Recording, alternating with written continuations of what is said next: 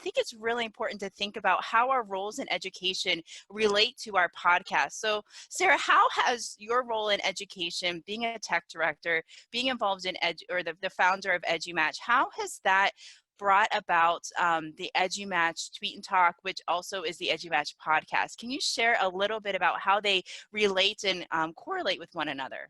Yeah, absolutely. I really do believe, because I've experienced this, that the more that we share and listen to one another, the more that we grow. Like, I'll be very transparent and say, when I first started teaching, then it was a very rocky path.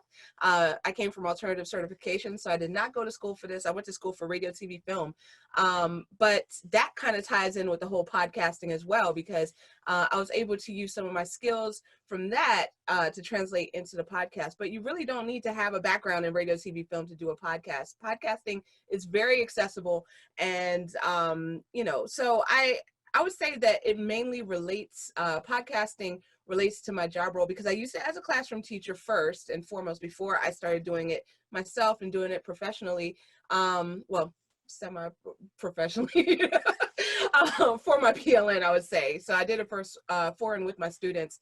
And I've been able to meet so many different people, be kind of like a fly on the wall and soak up all of the knowledge that they're sharing. And that's helped me become a better educator. And hopefully it's also translated for my audience. And part of my course that I teach at the university, I encourage students to do their own podcast as a way to process information. And I did a separate podcast as well, as a professor, to just kind of give them the highlights of the week. So for those of you playing at home, that is 2 podcasts I mentioned. There's also a third one I do with my district, which is just for our one-to-one schools, but it's open to anybody to listen, to participate, to be part of it. But our primary focus is administrators at our one-to-one schools. So I mean, it has a lot of overlaps in my professional life. So that's kind of how podcasting plays a role for me. I love that. Yeah. Oh my gosh. I didn't know you had 3 podcasts. That's amazing. How do you manage it all? First, that's my follow-up Smoke question. and How mirrors. do you, right? I remember I asked you that one time. You're like, oh, it's all just smoke and mirrors, Sam. Yeah, yeah. Dodge and weave. But seriously, yeah, I know, right?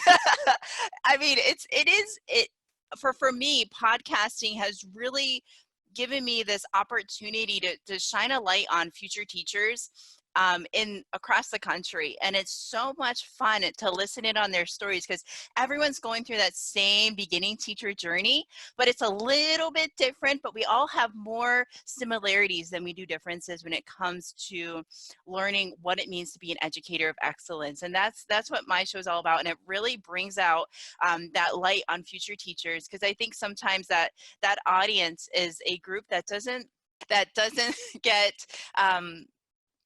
I don't know if recognition is the right word, but maybe feels like they don't have a voice in education because they don't have the experience. Like I like to say, just because they don't have 5 years, 5 months, or 5 weeks as an experienced teacher doesn't mean they don't have a voice to share. And they truly do. They have ideas and value to bring to that community.